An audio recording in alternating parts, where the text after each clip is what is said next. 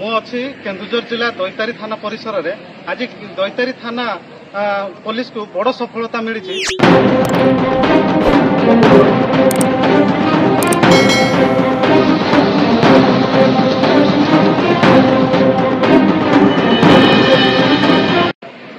ଦେଖନ୍ତୁ, ମୁଁ ଅଛି କେନ୍ଦୁଝର ଜିଲ୍ଲା ଦୈତାରୀ ଥାନା ପରିସରରେ। ଆଜି ଦୈତାରୀ ଥାନା ପୋଲିସକୁ ବଡ଼ ସଫଳତା ମିଳିଛି। କାହିଁକି ଆପଣମାନଙ୍କୁ କହି ରଖୁ, ଗତ 17 ତାରିଖ ଦିନ ଏଠାକାର ଯେଉଁ ଟ୍ରକ୍ ଏବଂ ଟିପର ମାଲିକମାନେ ଅଛନ୍ତି ଅଭିଯୋଗ କରିଥିଲେ କି ଦୈତାରୀ ଥାନାରେ ତାଙ୍କର ଟ୍ରକ୍ରୁ ବା ଟିପରରୁ ବିଭିନ୍ନ ପାର୍ଟ ସବୁ ଯେମିତିକି ଟାୟାର ହେଲା ଏବଂ ବ୍ୟାଟେରୀ ହେଲା ବିଭିନ୍ନ ଜିନିଷ ସବୁ ଚୋରି ହୋଇଯାଉଥିଲା। ସେହି କେସ୍କୁ ଆଧାର କରିକି ଦୈତାରୀ ଥାନାର ଆଇଆଇସି ଯିଏ ଅଛନ୍ତି ହୃଷିକେଶ ବେହେରା, ତାଙ୍କର ତତ୍ତ୍ୱାବଧାନରେ କେଶବ ବନ୍ଧା ଆୟ ଅଛନ୍ତି, ସିଏ 3-4 ଦିନ ତାଙ୍କର ଟିମ୍ ପରିଶ୍ରମ କରିଥିଲା। ତେଣୁକରି ଆଜି ସଫଳତା, ବଡ଼ ସଫଳତା ସିଏ ପାଇଛି, ଯାହାଙ୍କୁ 6 ଜଣ ଚୋରଙ୍କୁ ଆଜି ଗିରଫ କରିଛି। ବିଭିନ୍ନ ଅଞ୍ଚଳ, ଏଇ ଯେଉଁ ଦୈତାରୀ ଥାନା ପରିସର ଭିତରେ ଥିବା ଅଞ୍ଚଳର 6 ଜଣଙ୍କୁ ଗିରଫ କରିଛି। ସେଥିରେ ଅଛନ୍ତି 3 ଜଣ ମୁସଲିମ ସମ୍ପ୍ରଦାୟର ଏବଂ ଆଉ 3 ଜଣ ଅଛନ୍ତି ଆମର ଆଦିବାସୀ ସହିତ ଏଇ ପାଖ ଅଞ୍ଚଳର ବ୍ୟକ୍ତି ରହିଛନ୍ତି। ଆପଣମାନଙ୍କୁ ଦେଖେଇବୁ ଯେ କୋଉ ଭଳିଆ ସେମାନେ ଚୋର କରୁଥିଲେ, କ'ଣ କ'ଣ ଜିନିଷ ସବୁ ସେମାନେ ଚୋରି କରୁଥିଲେ। ଦେଖନ୍ତୁ, ଏପଟେ ରହିଛି ଏସବୁ ଡ୍ରମ୍ ରହିଛି, ଡିସ୍ ରହିଛି, ଏପଟେ ବ୍ୟାଟେରୀ ରହିଛି, ଜଗ୍ ରହିଛି। ଆଉ ଏପଟେ ଦେଖନ୍ତୁ ଟାୟାର ସବୁ ଗାଡ଼ିରୁ ଖୋଲିକି ଚୋରି କରିଦେଉଥିଲେ, ଯାହାକି କଟକ ବା ଟାଙ୍ଗୀ ଅଞ୍ଚଳରେ ସେ ଚୋରି କରୁଥିଲେ। ଆଉ ଯେଉଁ ଗାଡ଼ି ଚୋରି ଯେତେବେଳେ ହେଉଥିଲା, ଏଇ ଗାଡ଼ି ସେଇ ସମ୍ପୃକ୍ତ ଥିଲା। ଏଇ ଦେଖନ୍ତୁ, ଏଇ ବାଲେନୋ ଗାଡ଼ି ସମ୍ପୃକ୍ତ ଥିଲା। ତାର ନମ୍ବର ବି ଦେଖନ୍ତୁ OB02AD 8277। ଏହିସବୁ ଗାଡ଼ି ଚୋରିରେ ସମ୍ପୃକ୍ତ ରହିଥିଲା। ଏଇ ଗାଡ଼ି ସେପଟେ ମଧ୍ୟ ଦେଖନ୍ତୁ ଯେ ଟାଟା ଏସି ଗାଡ଼ି ମଧ୍ୟ ଏଇ ଚୋରିରେ ସମ୍ପୃକ୍ତ ଥିଲା। ଯେ ଏଇ ଗାଡ଼ି ମାଧ୍ୟମରେ ହିଁ ବିଭିନ୍ନ ଟାୟାର ଗାଡ଼ିର ବିଭିନ୍ନ ପାର୍ଟ ସବୁ ନେଇ ବିଭିନ୍ନ ଦୂର ଅଞ୍ଚଳରୁ ବିକ୍ରି କରୁଥିଲେ, ଯାହାକି 3-4 ଦିନର ଦୈତାରୀ ପୋଲିସ ତାର ପରିଶ୍ରମ ଫଳରେ ସେଇ 6 ଜଣ ଚୋରଙ୍କୁ ଧରିପାରିଛି, ଯାହାକି କହିବା କେନ୍ଦୁଝର ଜିଲ୍ଲା ବା ଦୈତାରୀ ଥାନାର ଗୋଟେ ବଡ଼ ସଫଳତା ଆପଣମାନଙ୍କୁ କହି ରଖୁ। ଆଉ ଅଞ୍ଚଳରେ ସମସ୍ତେ ବାହା ଦେଉଛନ୍ତି, ଗାଡ଼ି ମାଲିକମାନେ ଖାସ କରିକି ପ୍ରଶଂସା କରୁଛନ୍ତି ଯେ ବଡ଼ ଗୋଟେ ରାକେଟକୁ ଧରିବାରେ ସଫଳ ହେଇଛନ୍ତି।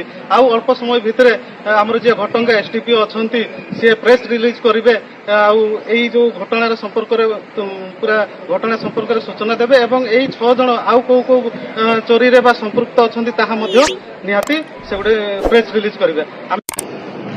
ଗତ 17/4/2026 ରିପୋର୍ଟ କଲେ ଅଭିମନ୍ୟୁ ମହାରଣା, ତାଙ୍କ ଘରଟା ହେଉଛି ଚମ୍ପାପାଳ, ଘସିପୁରା ଥାନା, କେଉଁଝର। ରିପୋର୍ଟ କଲେ ତାଙ୍କର ଗାଡ଼ି ନମ୍ବର ହେଲା OR09M 7278।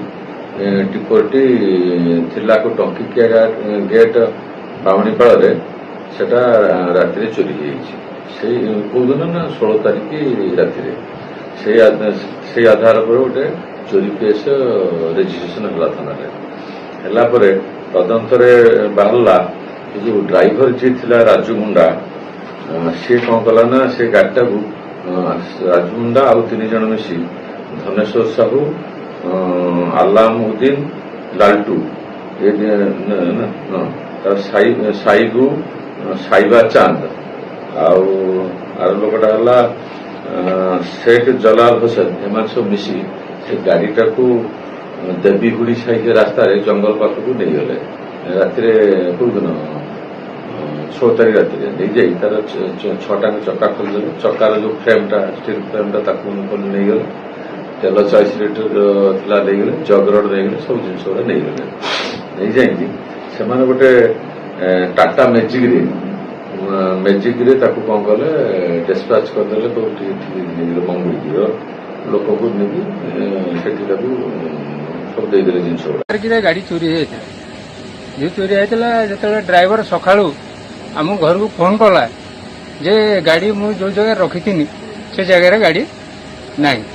ଆମେ ଆସିକି ଗାଡ଼ିକି ଏଠି ଖୋଜ ଖବର କଲୁ। କରିବା ଭିତରେ ଟିକେ ରିପୋର୍ଟ ମିଳିଲା ଯେ ସେ ଗାଡ଼ି ଜଙ୍ଗଲ ଭିତରେ ତା 6 ଚକା, ବ୍ୟାଟେରୀ ଫେଟେରୀ ସବୁ ନେଇ ନୂଆ ଯାଇଛନ୍ତି। ଯଦିଓ ଯାଇଛନ୍ତି, ତାହେଲେ ଆମେ ଆସିକି ଆଉ ଆଶ୍ରୟ କୋଉଠି ନେବୁ? ଆମେ ଆସିକି ଦୈତାରୀ ଥାନାରେ ଆଶ୍ରୟ ନେବୁ। ଏଠି ଗୋଟେ FIR କଲୁ।